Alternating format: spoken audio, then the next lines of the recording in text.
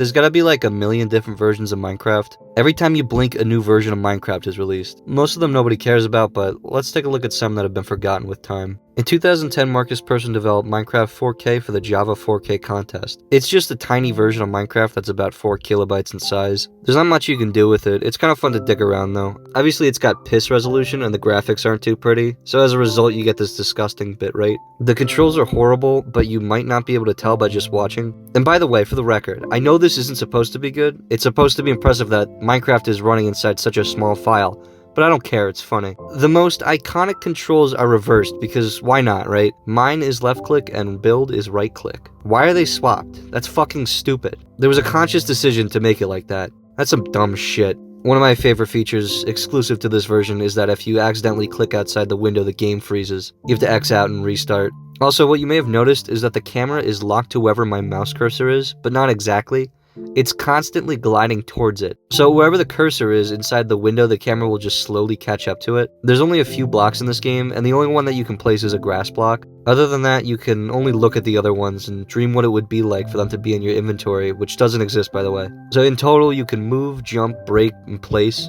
But the movement is also fucked. You can only move in a straight line. If you want to move in a different direction, you have to jump. So unless you want to move on one axis, you have to make these bunny hops through the map. The 64 by 64 world is surrounded by invisible walls, and you can't fall through the bottom of it. Very disappointing. So this one was released in 2019 for the 10th anniversary of Minecraft, and it's a browser version of an early version of Java Classic Edition. It's just super early Minecraft, but it's available for free. It's definitely a fun thing to exist, like if you're sitting in a browser and you want to kill a few minutes. The controls are normal, thank God. Even the place and breaker, oh wait, nope, they're still fucked. What the hell? So right click breaks, and then if you want to place a block, you have to left click once, and then right click to place the block, then you left click again to get back to using right click to break. What kind of stupid bullshit is this? It's like they're doing it on purpose. Another feature with this one is multiplayer. You can have up to 10 people in one server by sharing a link, but for the love of me, I couldn't get multiplayer to work. I have no clue why. It's only creative though, and you get a weird inventory. There's sponges and all these different colors of wool, some of which I don't even think are in any other version of Minecraft. When it comes to settings, there's not a whole ton you can mess with. You can invert the mouse for all the sickos out there who are into that. There's 4 settings for render distance: far, normal, short, and fucking blind. Tiny is hilarious. This is the worst render distance I've ever seen. This should be like a challenge. Try to get back home using the tiny render distance. Good luck doing anything with this. I guess this is so you could run this on a Commodore. As far as terrain goes, there are naturally forming hills and lakes, even though most of them are fucked. Lakes always form weird, and sometimes you get these weird spike hills. There are actually caves that form, but all the ores generate in weird quantities. There's 3 different world sizes. The default's normal, but you can graduate to huge. And it's definitely huge. Looks pretty big, very impressive. Minecraft Education Edition came out back in 2016 with an iOS app and a Windows application. There's 3 different apps for Windows for some reason. You go straight up Minecraft Education Edition, Code Connection, and then Classroom Mode. Classroom Mode is just for students as far as I can tell, and Code Connection is just a separate window for code while you're running the main game. Education Edition's where it's at. First thing you gotta do is sign in with your school email. Well, I don't have a district email that uses this, so I'm SOL. We can, however, get a demo experience which just lets us try out 3 of these programs. It's kind of what you would expect. You can mess around with programming, you use blocks, there's some dialogue, pretty basic. It's running in the Bedrock engine, so all the controls are normal, thank God. I messed around a bit, and there is some fun to be had, just not a crazy amount. There was a lot of effort put into this. You can earn a certificate of completion regardless of whether you did anything or not. The iOS version is the exact same thing, just mobile controls. They don't account for that with the text though. There's now an Android version too, and like I said, it's the same thing. Still eager to learn? Fuck you. Minecraft Edu came out in 2011, a while before Education Edition. It was published by Teacher Gaming, and is basically just Minecraft. The education lies in all the mods you use. I couldn't get any of them to work, but since this has ceased being supported for over 12 years, they probably aren't the greatest, but it would have been interesting to see them. There's a default skin I don't know who this is, but the controls are normal, and the UI is just taken from Java. Pretty simple stuff. It's just a skip, hop, and a jump away from your backyard is the world's biggest gaming market there's ever been. And for that, you have Minecraft China Edition. Here's a fun little update animation. To play this one, you need to have a Chinese email address, so I made one and signed up for Minecraft. Unfortunately, you need to use your ID number to play.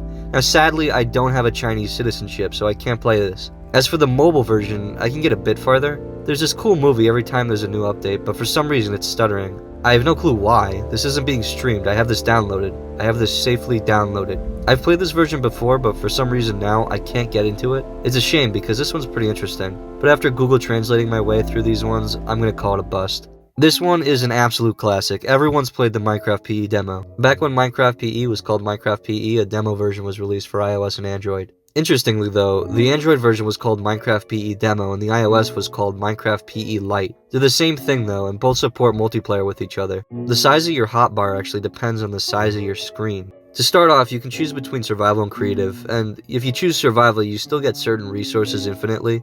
It's a bit of a time capsule because it's interesting to look back on an old version of Pocket Edition. The inventory is limited though, and it's got additional items that are grayed out. I love how they try to tease you to buy the full game. Like if you pay for the full thing, you get access to gates. Controls are basic mobile controls, nothing you wouldn't expect. The lighting is terrible like old PE, but I think that just adds to the experience. So over the same Wi-Fi, you can play multiplayer, which is really cool for a demo. The modern equivalent to this is the Minecraft trial, which nobody really cares about. Other than that, this is good fun that holds up. So this version is exclusive to the Raspberry Pi. I, for some reason, cannot get the window to not be glitched, so just bear with me. This is obviously heavily based off an old version of Minecraft PE. It's also no longer updated. You can only play this in creative, and there's a decent selection of blocks. You've got signs that don't work, paintings, and even old forgotten blocks like the Nether Core reactor. The idea here is that you're just supposed to program stuff in yourself, so if you want a survival mode, then write one. Makes sense. Get this, right click to break, right? And then to place a block, you have to click the scroll wheel. What? Where are they coming up with this? Since this is so similar to PE, you can actually see the server in the multiplayer list on old PE, but it won't let you join. I only have one Raspberry Pi, but I would be interested to see the multiplayer work. Finally, we have Minecraft New Nintendo 3DS Edition. Now, truth be told, I got really into this one when it came out. When it was first announced, the big selling point was that it was Minecraft in 3D, but they never actually updated it with 3D. What garbage. This game was updated for a little over a year, and over its lifespan became less and less stable. From bugs that nullify hotbar slots, to the map glitching and or not working, it functions though, and it is a full game. A few updates in, multiplayer was added, allowing for a maximum of 2 people to take part in the fun. So first of all, the resolution is awful, but what are you gonna do? The frame rate is very unstable, but what are you gonna do? The controls, not perfect, but what are you gonna do?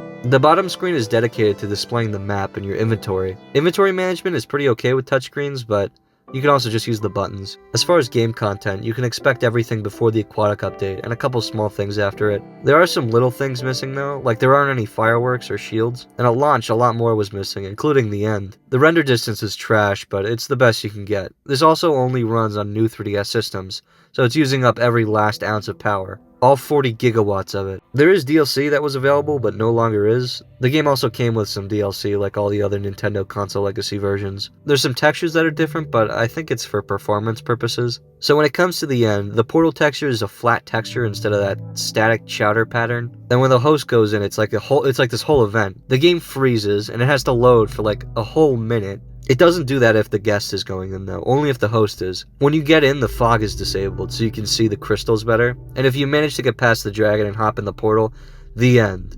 Congratulations. And of course, if the host is watching the credits, guess who has to wait? You, because you're the guest, you piece of shit. When you get back to the overworld, the fog is still disabled, so the chunks look weird. Achievements are also disabled in multiplayer for some dumb reason. Other than that, it's a fully playable version of Minecraft.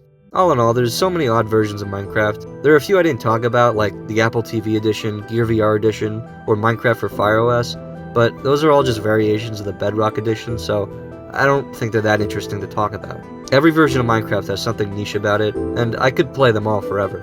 A lot of these versions are only available through the Internet Archive now because Mojang no longer hosts them on their websites. Regardless though, it's always fun to look back at things nobody talks about. As always, thank you for watching.